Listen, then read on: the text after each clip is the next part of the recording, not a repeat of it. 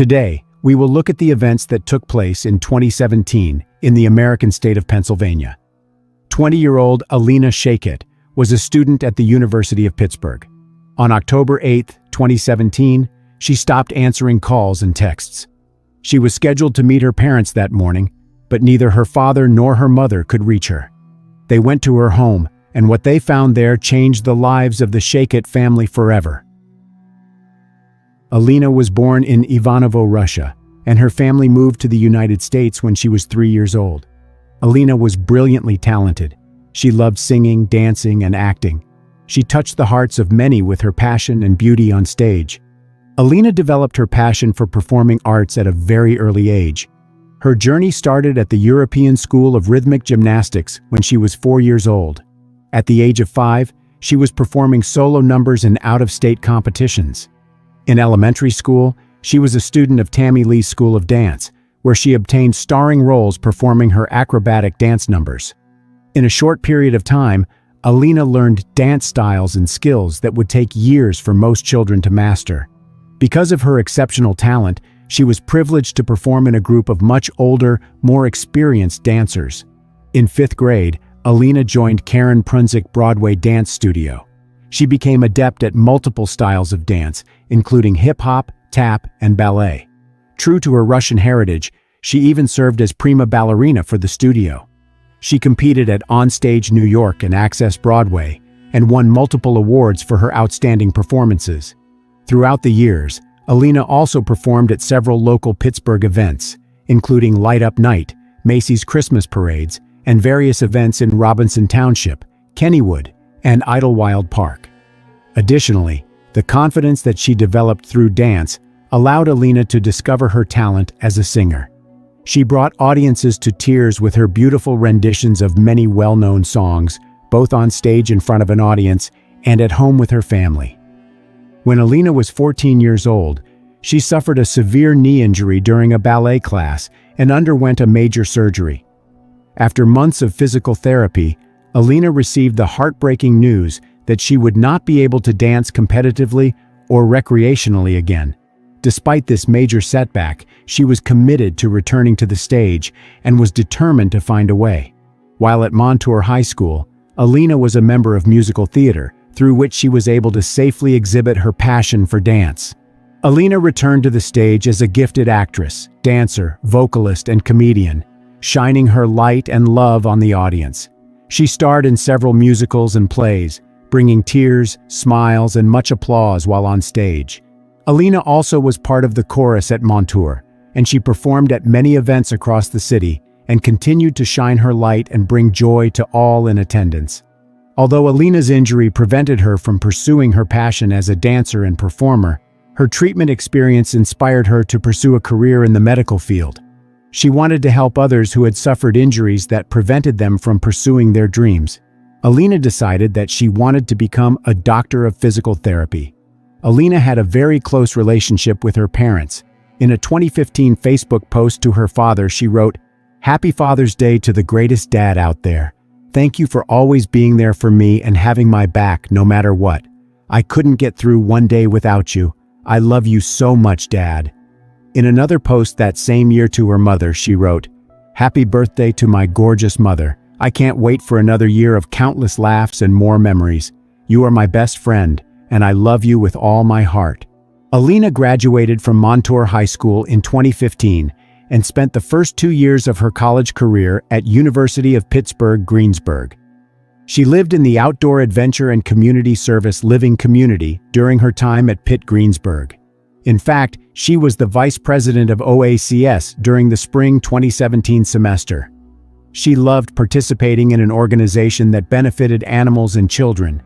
Again, Alina continued to shine her light, touching the lives of people and animals with her love and attention. Alina then transferred to the University of Pittsburgh's Oakland campus. She lived with her friends in an apartment and was prepared to dedicate herself to becoming a doctor of physical therapy. However, on October 8, 2017, Alina was senselessly and tragically killed at the young age of 20.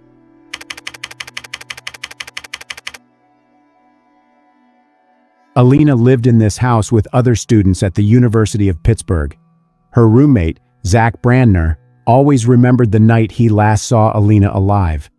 Returning home from a late shift at work, Zach and Alina took a Snapchat together at around midnight to poke fun at other students posting night-out selfies on Saturday night.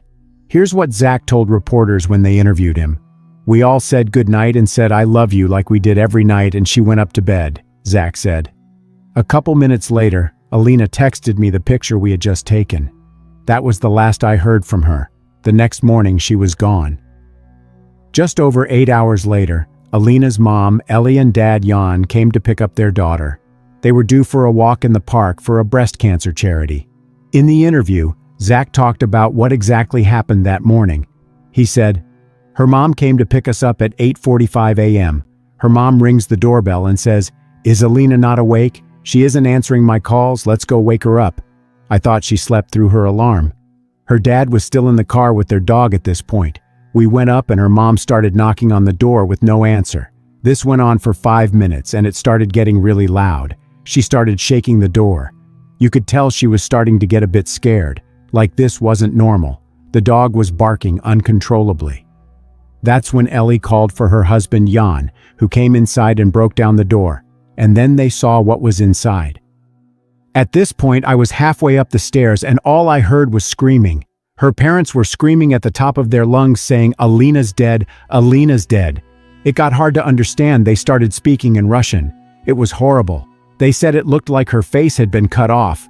Zach ran up and looked inside. He couldn't bear to look for more than a few seconds. I went into the room and it was horrifying. There are no words to describe what I saw. She was just laying there with her arms spread out. The whole side of her face was unrecognizable. You could barely recognize it was a face, it was so bashed in. She was laying in a pool of her own blood. 20-year-old female he believes to be unconscious, not breathing. Calls us, he is just extremely upset and repeating he can't look at her. A siren pierced the morning silence, as if reminding us that somewhere nearby someone's life hung in the balance. When the ambulance pulled up to the house, the doctors rushed inside. Alina's frightened mother met them at the door. With trembling hands and tears in her eyes, she showed the way to the room where her daughter was lying on the floor. Unfortunately, the doctors had no choice but to state Alina's death. The house was cordoned off by the police. Police Chief Scott Schubert said in a statement, "We do not believe at this time that this was a random act of violence. There is no continued threat to Oakland residents and the university communities. However, releasing additional details at this time could be detrimental to the investigation. As with each homicide investigation, our primary interest is collecting sufficient evidence that can be successfully used in a court of law. The investigation is ongoing. I encourage anyone with information that could be helpful to call police headquarters and speak to a violent crime unit detective," Schubert said. The medical examiner ruled Sheykhet's cause of death a homicide and said the manner of death was sharp, blunt trauma of the head. In fact, police already had a suspect. Investigators believed that Alina's ex-boyfriend, 21-year-old Matthew Darby, had committed the crime. Alina Sheykhet met Matthew Darby while she was studying at the University of Pittsburgh-Greensburg. Darby played basketball while he was a sophomore at the University of Pittsburgh at Greensburg in 2015-16. Alina, who had broken up with Darby after she transferred campuses, reported him for breaking into her home on September 20th. She filed a police report to say, "Defendant climbed up the gutter on the side of the house and broke through the second-floor window of my home. He did this because I left him and stopped answering his phone calls." Describing prior incidents of abuse, she wrote, "Grabbing, pushing, emotional abuse, jealousy, controlling." Jan Sheykhet said he and his wife, Ellie, accompanied their daughter to court last week to obtain the PFA. "For the last couple of weeks she had told me she tried to stop talking to him," he said of Darby. "She disconnected his phone number, Facebook, and all that stuff. I heard his name, but I never met him personally." In that criminal case, Darby was released on $10,000 bail September 26th, the same day he was arrested on the trespassing charges. In an interview, Alina's roommate Zach recalled repeatedly worrying about Alina and Darby's relationship. "Halfway through sophomore year was when I started finding out that he was abusive," he said. In the time I knew them, around 3 years, there was a lot of fighting. I'm not just saying this because she was my best friend, but Alina was extremely loyal to him. She never cheated on him, unlike him. Zach described a moment last month when Darby stood outside their room, shouting at Alina. It went on for over 20 minutes, and he kept accusing her of cheating on him with this boy. Outside my window on the first floor, we heard Matthew screaming at Alina. She never did anything. This boy lives in North Carolina, but he was screaming at her. All she was saying was, "Matthew, please stop, stop." He was uncontrollable. Zach explains this is one of the many occasions when Darby would flip out for no reason. We would go out for pizza and everything would be fine, and then he would just turn on her. He would just go crazy for the littlest thing. Darby's demanding behavior, according to Zach, extended to her social media. If she liked a picture of a guy on Instagram, he would go and unlike it because he had her social media passwords, he said. This was before they broke up. She changed them when she broke up with him. He would never let her wear clothes that could be considered too sexy looking. He was extremely, extremely controlling. He was notorious for texting and calling, he added. Matthew would call her upwards of 20 times. If she didn't answer, he just kept on calling and it just wouldn't stop. She blocked his number after they broke up. It was after the breakup that Darby broke into their home on September 20th, according to the police report. Zach remembers that it was around 12:30 that night when he heard glass breaking outside. Thinking it was a bottle breaking at a party nearby, he texted his house group chat and put it out of his mind. Then he heard the sound of someone falling and then a shriek from upstairs. It was Alina screaming for help because Matthew Darby was in her room. At that point, we weren't sure what his intentions were, but now we think it was a failed attempt at murder. We caught him and got him out of her room. Then the police came and he was arrested. She was scared, you could tell, Zach said. She didn't feel safe at all. Call records from Alina's cell phone, which could not be located at the apartment when she was found, showed that she received 5 calls that went unanswered from a phone number later found to be Darby's between 4:15 a.m. and 4:55 a.m. Sunday, police said. Alina's cell phone was last located near Irwin, where I-76 intersects Route 30. According to the criminal complaint, he was picked up by a vehicle belonging to a commercial car service at 4:21 a.m. The driver told police he drove Darby to Simple Street and Ward Street in Oakland, near Cable Place. He said Darby got out of the car and asked him to wait 10 minutes. 10 minutes later, the driver said Darby asked him to wait 10 additional minutes. Approximately 5 minutes after that, the driver received a call on his phone asking to wait another 10 minutes, but told police said he could not wait longer and left the area. Investigators collected surveillance footage they said shows Darby tossing items into a sewer near Semple Street near Alina's place.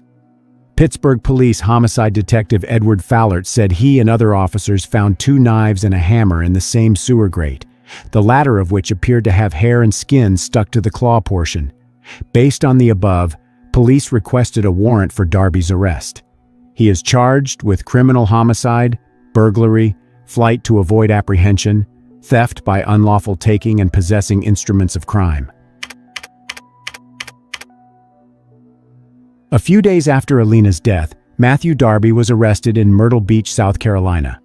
According to Myrtle Beach police, a concerned citizen reported seeing a male tampering with a window at a residence. When officers arrived, they found a man matching the description. Through the course of their investigation, it was determined that the male suspect was Darby. Now, he has been charged with providing false information to police and loitering for the incident in South Carolina. Each of the 2 new charges carry a monetary penalty and up to 30 days in jail.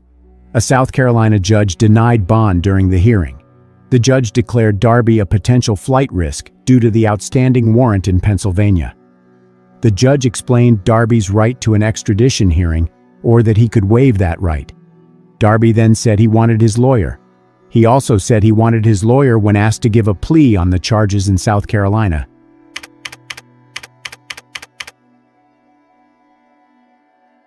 Alina's friends, many of them Pitt students, packed the courtroom along with her family. Many brought signs promoting domestic violence awareness and Alina's Law, a bill working its way through the state legislature that would allow judges to require electronic tracking of domestic abusers deemed to pose a high risk. Friends wore purple shirts with Alina's photo on them with the words "Our Russian Princess" written in Russian. The back said, "Love shouldn't hurt." The judge held all charges against Darby for trial, including charges of homicide, flight, burglary, theft, trespassing, and possessing an instrument of crime. Prosecutors introduced evidence that Darby had spent time on the Duquesne University campus the night of October 7th and into the morning hours of October 8th, where he had an interaction with University police officer Raymond Marr. Darby asked directions to Broadier Hall, Marr said. Security cameras captured Darby at various points across campus, including in the student union, which Marr allowed Darby to enter in order to charge his cell phone. He said Darby acted nervous and smelled vaguely of alcohol. One photo introduced by prosecutors shows a man they say is Darby wearing a striped shirt with an embroidered Miller Beer logo on it standing in an elevator on campus that night. That shirt was among Darby's possessions when he was arrested days later, police said. Prosecutors say evidence they introduced Friday, Jan 19, 2018, shows Matthew Darby on an elevator at Duquesne University in the hours before police say he killed his ex-girlfriend, Alina Sheykhet, in her Oakland home. Darby's attorney, David Schrager, disputes that the footage shows Darby. Hours later, shortly after 4 a.m., Darby called for an Uber, which took him from Broadier Hall to a street adjacent to Alina's home, the driver testified.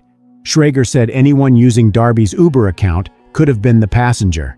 Darby later fled the Pittsburgh area, but police arrested him in Myrtle Beach, South Carolina, 3 days after Alina's death. A photo taken by Pittsburgh homicide detectives shows 2 knives in a sewer grate in Oakland. The knives were collected as evidence, and suspect Matthew Darby is accused of tossing the knives as he left the home of his ex-girlfriend, where police say he stabbed and beat her to death. Darby's attorney, David Schrager, said that with a low threshold for evidence in preliminary hearings, he was not surprised by the outcome. "We have a lot of discovery we have to do, a lot of evidence gathering we have to do," he said. "We're going to get to tell our side of the story at a later time." He maintained Darby's innocence. "There is no forensic evidence, there is no testimonial evidence," he said. "All we have is a lot of circumstantial evidence, and that provides a maybe." Prosecutors said they would seek the death penalty against Darby, asserting 4 necessary aggravating factors, including that he was the subject of a PFA brought by the victim, that she was a prosecution witness against him, and that he had a history of felony convictions using violence or the threat of violence. Darby agreed to plead guilty to first-degree murder, which carries a mandatory life sentence in exchange for removing the possibility of a death penalty.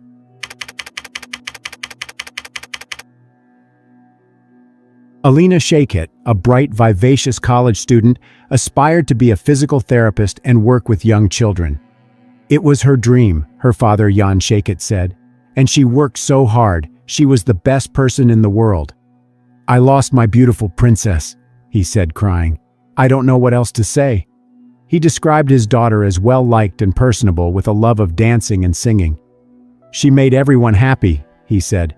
"She had such a bright future." "He has taken Alina from us in an unimaginable way," Jan Sheykhet said of Darby. "He has stolen so much from us, including a future with our daughter." With her daughter gone,